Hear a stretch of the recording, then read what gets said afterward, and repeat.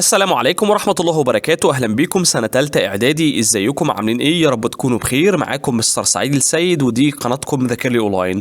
هنراجع مع بعض النهاردة يا شباب أهم أسئلة الوحدة الأولى في الجغرافيا الترم التاني، واللي من خلالها هنقدر نلخص الوحدة بالكامل. فركزوا معايا وكملوا الفيديو ده للنهاية لأن الوحدة دي في منتهى الأهمية. قبل ما نبدأ ما تنساش تدعمنا باللايك الجميل والاشتراك في القناة علشان تتابع كل فيديوهاتنا أول بأول. أول مجموعة أسئلة معانا النهاردة بتقولك أمامك خريطة للعالم، اكتب ما تشير إليه الأرقام. رقم 1 بيقولك أكبر دول العالم إنتاجا للألبان، دي دولة إيه يا شباب؟ دي دولة الهند. طب رقم 2 إقليم صناعي، ده إقليم إيه؟ ده إقليم روسيا وأوكرانيا، برافو عليكم. طب رقم 3 إقليم صناعي برضو، ده إيه يا شباب؟ رقم 3 ده إقليم شمال شرق الولايات المتحدة الأمريكية. طب رقم 4 أولى دول العالم في إنتاج المطاط الطبيعي اللي موجودة في دولة آسيا هنا كده، دي دولة تايلاند. طب رقم 5 بيقول لك أولى دول العالم إنتاجا لقصب السكر، دي دولة إيه؟ دي البرازيل، برافو عليكم. طب رقم 6 نوع الزراعة السائدة في المنطقة رقم 6 هنا كده يا شباب، دي الزراعة البدائية أو اللي بنقول عليها الزراعة البسيطة. طيب خلينا بقى دلوقتي نتنقل لمجموعة أسئلة تانية مهمة جدا بتقولك بما تفسر أهمية الثروة الحيوانية في العالم. ليه الثروة الحيوانية مهمة للعالم؟ هقوله لأنها المصدر الرئيسي لإنتاج اللحوم والألبان في العالم بجانب طبعا الجلود والصوف وغيرها. طب تحتاج الزراعة الكثيفة إلى أيدي عاملة كثيرة. ليه الزراعة الكثيفة بتحتاج إلى أيدي عاملة كثيرة؟ هقوله لأنها تتم من خلال عمليات عديدة زي بذر الحبوب والري وتنقية الحشائش. طيب صعوبة استخدام الآلات والميكنة الزراعية في مناطق الزراعة الكثيفة. ليه صعب ان احنا نستخدم الآلات والميكنة الزراعية في مناطق الزراعة الكثيفة؟ هقوله ده بسبب ايه؟ بسبب صغر مساحات الحقول الزراعية. بقول لك أهمية معدن النحاس. ليه معدن النحاس مهم؟ هقول لأنه يستخدم في إيه؟ في الكثير من الصناعات زي الأسلاك والأدوات الكهربائية. طيب تعتبر أستراليا أولى دول العالم في إنتاج الصوف. ليه أستراليا هي أولى دول العالم في إنتاج الصوف؟ ده لأنها بتربي أغنام المارينو المشهورة بغزارة الصوف. طيب يزرع قصب السكر في كل القارات ما عدا قارة أوروبا. اشمعنى يعني قصب السكر بنزرعه في كل القارات إلا قارة أوروبا؟ هقوله لأن قصب السكر بيحتاج إلى درجة حرارة مرتفعة وكمية مياه وفيرة، فبيتم بقى زراعته في المناطق المدارية الحارة بقارات العالم. أما قارة أوروبا فهي بتقع في المنطقة المعتدلة. طيب تركز تربية الأغنام في الصين والهند واستراليا. ليه بتتركز تربية الأغنام في الصين والهند واستراليا؟ ده بسبب إيه؟ بسبب توافر الحشائش حيث المراعي التجارية الواسعة. تعد إندونيسيا من أهم الدول المنتجة للأسماك في العالم. ليه إندونيسيا من أهم الدول اللي بتنتج الأسماك؟ ده بسبب طول السواحل على البحار والمحيطات وتقدم وسائل الصيد. طب بقول لك بما تفسر زيادة معدل الاستهلاك العالمي من اللحوم الحمراء. ليه العالم بدأ يستهلك كتير جدا من اللحوم الحمراء يا شباب؟ زاد معدل الاستهلاك جدا. هسيب لكم السؤال ده تحلوه بنفسكم. يا ريت اللي عارف الإجابة يوقف الفيديو وينزل يكتبها في التعليقات، عايزين نشوف مين هيجاوب عليه صح. طيب هعتبر انك وقفت الفيديو وجاوبت على السؤال. السؤال بعد كده بيقولك التوسع في استخدام الغاز الطبيعي كبديل لمصادر الطاقة الأخرى. ليه العالم بدأ يتوسع في استخدام الغاز الطبيعي؟ ده بسبب إيه؟ هقول لأنه مصدر من مصادر الطاقة الأقل تلويثا للبيئة وكمان رخيص الثمن وسهل النقل. طب تحتل الصين المركز الأول في إنتاج الأسماك في العالم. ليه؟ لأنها بتمتلكها مصائد على طول سواحل المحيط الهادي وكمان عندها أنهار وبحيرات ومزارع لتربية الأسماك. عشان كده الصين هي المركز الأول في إنتاج الأسماك في العالم كله. طب تنتشر مناطق الصيد على سواحل القارات. ليه مناطق الصيد بتنتشر على سواحل القارات تحديدا؟ ده بسبب توافر العوامل الطبيعية والبشرية اللي ساعدت على تطور حرفة صيد وتربية الأسماك، وهي إيه بقى؟ ضحالة المياه الساحلية وغناها بالمواد الغذائية، وكمان التقاء التيارات البحرية الدافئة مع الباردة في المناطق دي، كمان بسبب توافر الموانئ اللي بترسو عليها سفن الصيد، وتوافر بقى الخبرات الفنية والعلمية في صناعة المراكب وأدوات الصيد والثلاجات، والتوسع في تربية الأسماك على أسس علمية حديثة. طب بقول لك يعتبر البترول أهم مصادر الطاقة في العالم. ليه البترول هو أهم مصادر الطاقة في العالم؟ ده بسبب ارتباطه بالتنمية الاقتصادية والاجتماعية والعلاقات السياسية. طيب تتركز زراعة الشاي في شرق آسيا خاصة الصين. ليه؟ قالوا ده بسبب توافر ظروف زراعته، وهي بقى تربة خصبة خفيفة ومناخ حار وهواء رطب ومطر غزير. طيب شهرة قارة أوروبا بإنتاج السكر من بنجر السكر. ليه أوروبا مشهورة بإنتاجها للسكر تحديدا من بنجر السكر؟ ده بسبب بقى تركز زراعة البنجر في أوروبا، بسبب طبعا توافر ظروف زراعته من مناخ وتربة زراعية. بقول لك بما تفسر قلة التكاليف والعمالة في الزراعة التجارية والعلمية. ليه التكاليف والعمالة قليلة جدا في الزراعة والتجارية والعلمية؟ ده بسبب اعتمادها، اللي هي النوع ده من الزراعة بيعتمد على أحدث الآلات الزراعية والطرق العلمية الحديثة. طيب بما تفسر، ركزوا معايا يا شباب، يعد النشاط الزراعي من الأنشطة الاقتصادية الأساسية في العالم. ليه؟ قالوا لأن النشاط الزراعي مصدر رئيسي لغذاء الإنسان بجانب الأسماك والحيوانات، وبترتبط بيه تربية الحيوان، وكمان مهم للمواد الخام الزراعية اللازمة لبعض الصناعات زي محاصيل الألياف والمطاط الطبيعي. طيب توطن صناعة الألومنيوم في الدول المتقدمة. ليه بتوجد صناعة الألومنيوم في الدول المتقدمة؟ هقوله بسبب ايه؟ بسبب توافر المقومات اللازمة من طاقة كهربائية وخبرة فنية وعلمية متطورة، وكمان سوق محلية وخارجية بتستوعب الإنتاج. طب يعد القطن في مصر والسودان من أجود أنواع القطن في العالم. هقوله لأن معظمه من الأنواع طويلة التيلة. طيب السؤال اللي بعد كده يقول لك بما تفسر تجود زراعة قصب السكر في البرازيل. ليه زراعة قصب السكر جيدة جدا في البرازيل؟ هقوله ده بسبب توافر الظروف المناسبة والملائمة لزراعته، حيث بقى درجة الحرارة مرتفعة والمياه الوفيرة. مجموعة الأسئلة اللي معانا بعد كده بتقول لك اختر الإجابة الصحيحة.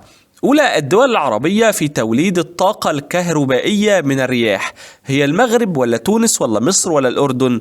طبعا أولى الدول العربية في توليد الطاقة الكهربائية من الرياح هي مصر، وبيجي بعدها في المركز الثاني المغرب. طيب تتركز زراعة البنجر في قارة أوروبا خاصة في دولة إيه؟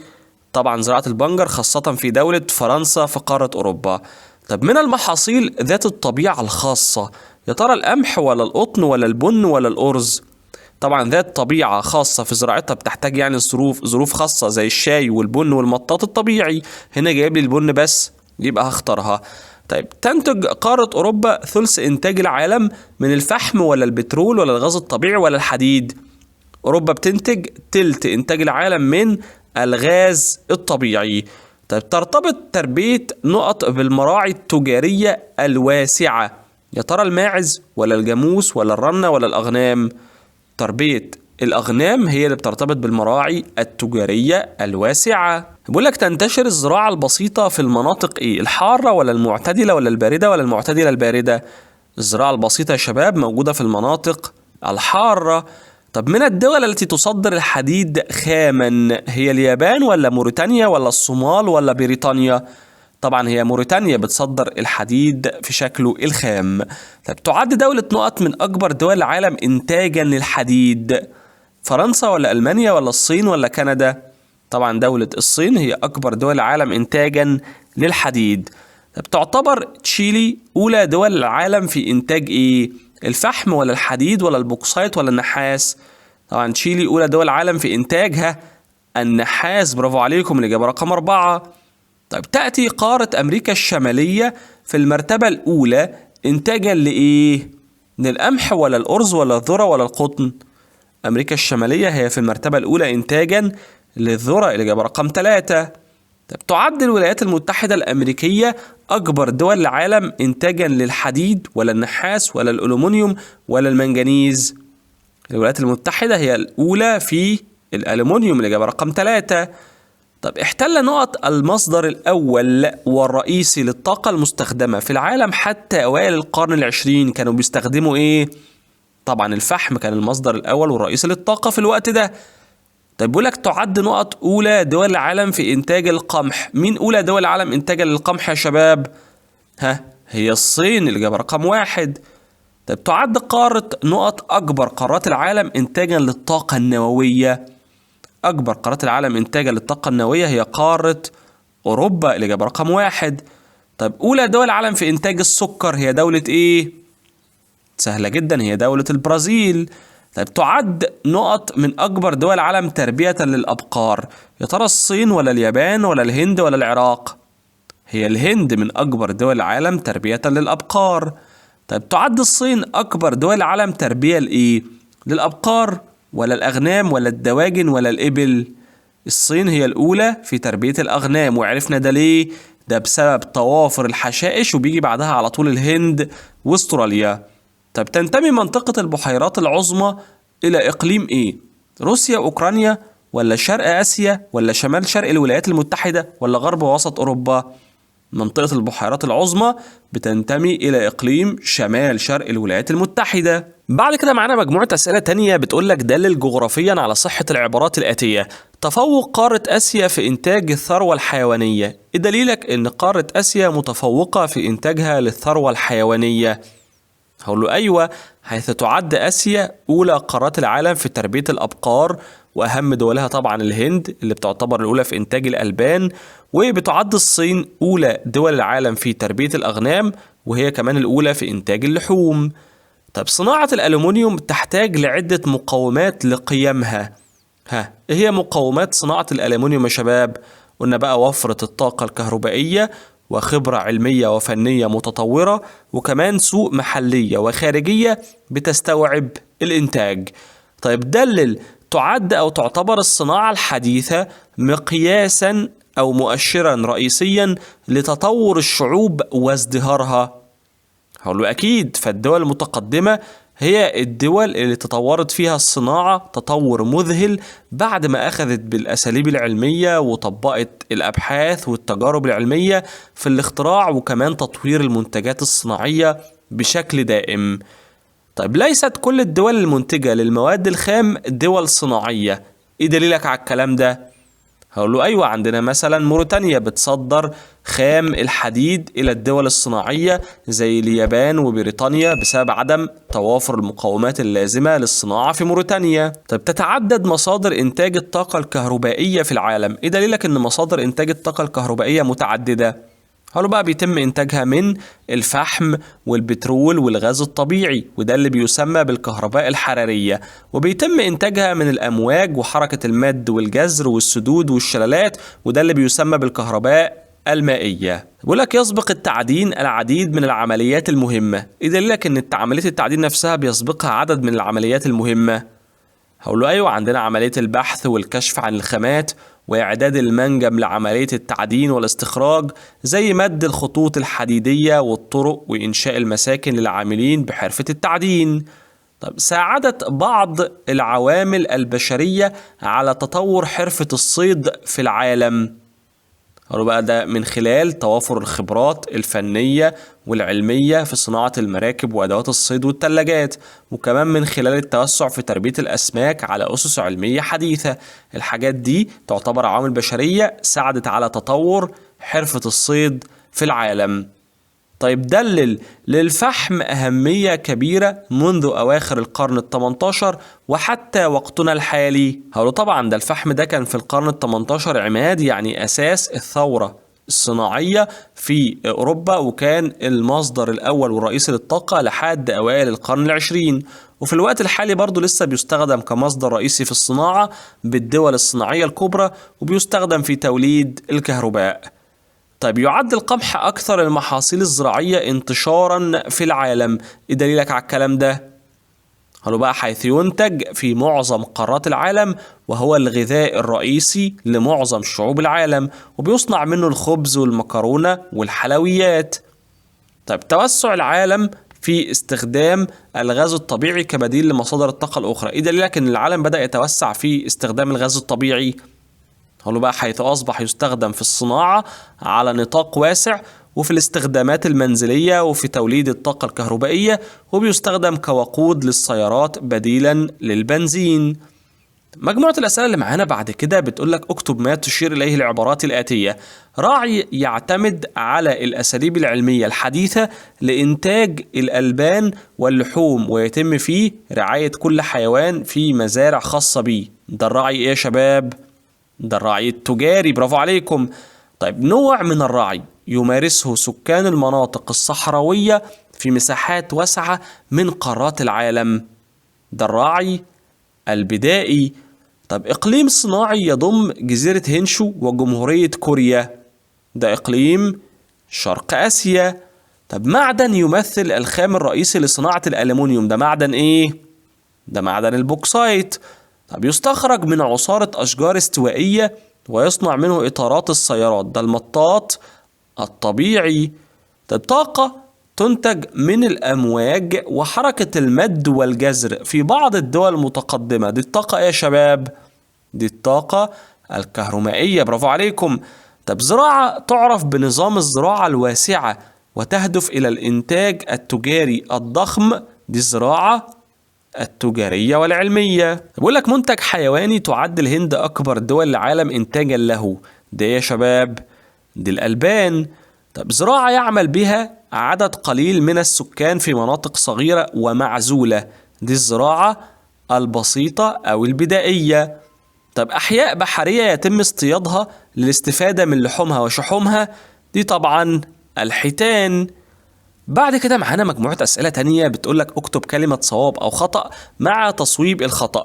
يوجد الرعي البدائي في شمال قارتي أوروبا وآسيا في صحاري التندرا الباردة. أيوة الكلام ده صح، صواب. الرعي البدائي موجود في شمال قارتي أوروبا وآسيا في صحاري التندرا الباردة.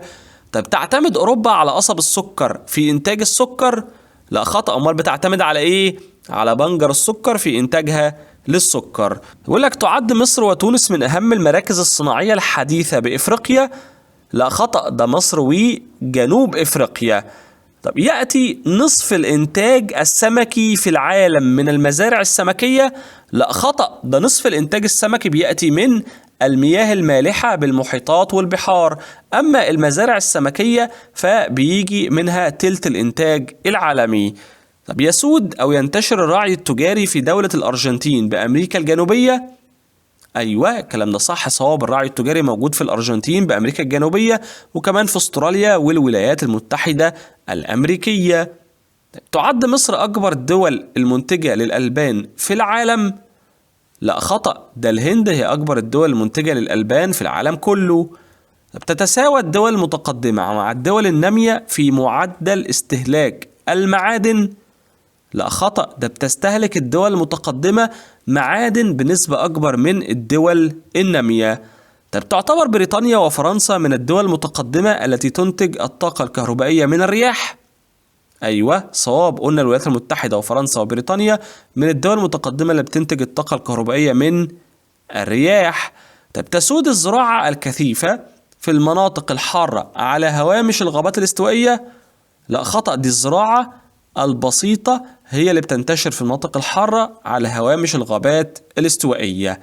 طيب تعد أو تعتبر قارة آسيا أكبر قارات العالم إنتاجا للقمح والقطن. أيوة الكلام ده صح، صواب. طب تحتاج زراعة الشاي إلى تربة خصبة خفيفة وهواء رطب. طبعا صح، صواب. طب تتركز زراعة القطن في قارة أوروبا وتعد الهند من أكبر الدول المنتجة له. لا خطأ، ده زراعة القطن بتتركز في قارة آسيا وبتعد الهند من أكبر الدول المنتجة له. بقول لك يوجد الرعي التجاري في مناطق الحشائش القصيرة بأمريكا الشمالية. أيوة الكلام ده صح، صواب. وكمان موجود في دولة الأرجنتين بأمريكا الجنوبية، وموجود في أستراليا. تعتبر أستراليا أكبر دول العالم إنتاجا للفحم. لا خطأ، أكبر دول العالم إنتاجا للفحم يا شباب هي دولة الصين. مجموعة الأسئلة اللي معانا بعد كده بتقول لك ما النتائج المترتبة على عدم توافر الطاقة الكهربائية والخبرة الفنية في الدول النامية المنتجة للبوكسايت؟ ده أدى لإيه؟ هل ده أدى إلى قيام هذه الدول بتصدير إنتاجها من البوكسايت إلى الدول المتقدمة لتصنيع الألومنيوم. طب الوحدة الاقتصادية الأوروبية ترتب عليها إيه يا شباب الوحدة الاقتصادية الأوروبية؟ ده أدى إلى حدوث التكامل في الجوانب الاقتصادية بإقليم غرب ووسط أوروبا، وكمان حمايتها جمركيا وتدعيمها من جانب هيئة الاتحاد الأوروبي. طب انتشار التعليم بين قبائل دول وسط آسيا ده أدى لإيه؟ ده ترتب عليه قلة العاملين بحرفة الرعي البدائي وتغير نشاطهم للعمل بالصناعة والزراعة والخدمات. بقول لك ما النتائج المترتبة على سهولة نقل الغاز وقلة تلويثه للبيئة؟ ده أدى طبعا إلى توسع العالم في استخدامه كبديل لمصادر الطاقة الأخرى. طب صغر مساحات الحقول الزراعية في نطاق الزراعة الكثيفة ده أدى لإيه؟ ده أدى إلى صعوبة استخدام الآلات والميكنة الزراعية والاعتماد على الأيدي العاملة.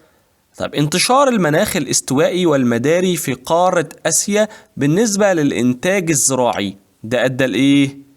ده ترتب عليه إنتاج قارة آسيا لقصب السكر لأنه محصول مداري حار، وإنتاجها كمان القطن لأنه محصول مداري، وإنتاج المطاط لأنه بيستخرج من عصارة أشجار استوائية. طب ما النتائج المترتبة على زيادة الطلب على البترول في الوقت الحالي؟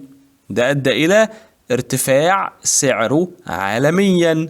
طب استخدام الآلات الزراعية والطرق العلمية الحديثة في الزراعة التجارية والعلمية ده أدى إلى قلة التكاليف والعمالة الزراعية والإنتاج التجاري الضخم.